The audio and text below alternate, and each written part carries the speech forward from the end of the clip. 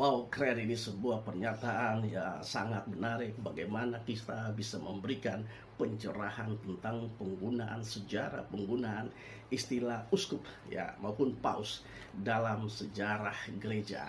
Nah, saudara, sebelum saya menjelaskan, saya mau tegaskan kepada Anda, ketika kita berbicara tentang sejarah, unsur utama dalam sejarah adalah kejujuran.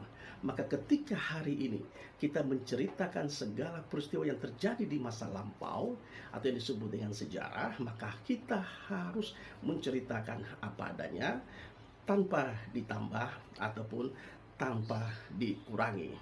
Jadi karena itu saya mau ingatkan kepada Anda, mungkin ketika saya menyajikan sejarah dalam versi kebenaran yang saya sajikan mungkin akan berbeda dengan versi-versi yang pernah Anda dengar, Anda dalami ya. Tapi saya mau katakan kepada Anda, apa yang saya sampaikan adalah murni kejujuran, kebenaran tentang sejarah itu sendiri.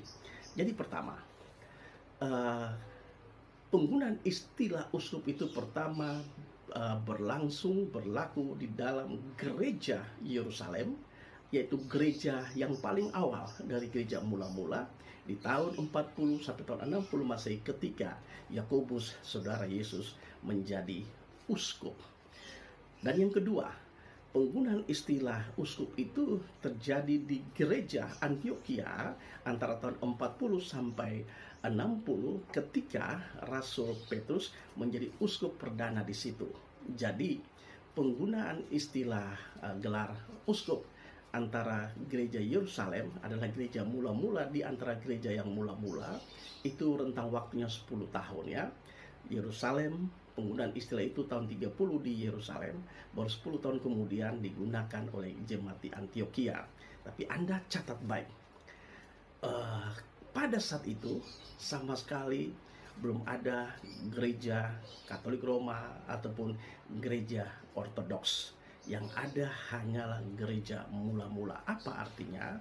Artinya penggunaan istilah uskup ini sudah ada jauh sebelum adanya gereja-gereja yang Anda ada, di mana Anda ada sekarang ini.